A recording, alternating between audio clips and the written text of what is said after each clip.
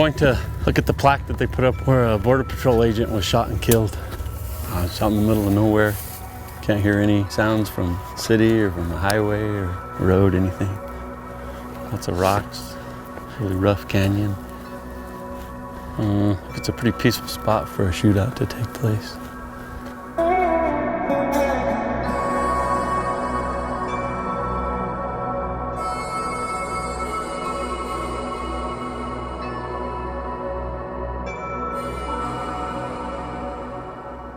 Since he was old enough to walk, he always wanted to be a man in uniform. I remember my dad telling a story when he was younger. We got pulled over by the cops, and he was so intrigued by the man's uniform over why we were getting pulled over. And he joined the Marine Corps, and then he was a police officer in Lincoln Park and Ecorse, Michigan. And then he wanted something more adventurous, so he joined the Border Patrol. But he always wanted to do something more. So I think that's why he wanted to get into board tech, to be more in the elite tactical part where he could, do sit-outs for 48 hours. And once he started seeing how bad it really was out there, he didn't want us to worry for him. One time he did send me a message that they had gotten some of the guys that they were looking for, and he was really proud of that because they had sat out for a couple days and they were getting ready to do it again.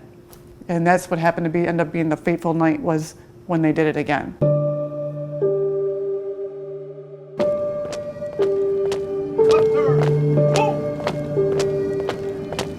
In December of 2010, Agent Terry and others were conducting an operation near Rio Rico when they were attacked by a RIP crew. Those are criminals who rob drug traffickers in the desert. I think the thing that makes me the most mad is the cover-up right after Brian was killed. The ATF allowed guns from Arizona to land in the hands of Mexican cartels. We let 2,500 assault weapons go into the hands of narco-terrorists. John Dodson says the bandits who killed Terry worked for FBI operatives, and the agency sent them to the border. Operation Fast and Furious has launched a Congress investigation and put Attorney General Eric Holder and even the president under much scrutiny over the so-called gun-walking operation. Terry's family, who has been critical of the federal government for not releasing sensitive documents related to the Fast and Furious operation. To give you an idea of how many records we're talking about, this is So it's very disheartening. It makes me wonder, what is in those documents? What dirty secret is in those documents that the American people can't know? And every time we get closer, it's another cover-up, or it's an executive privilege put on by Obama. And I think that's probably my biggest disappointment in all of this, that President Obama failed to hold people accountable and failed to come to the aid of a family of a slain Border Patrol agent. Trump personally told my mother that he would lift this executive privilege and get the answers for her, if anybody, for her. So far that hasn't happened. It's been very, very disappointing.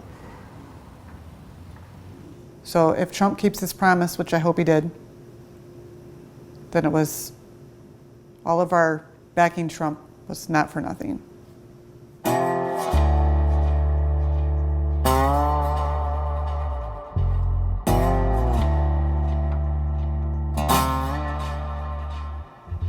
Brian, since he was a little kid, always valued the American principles and the flag.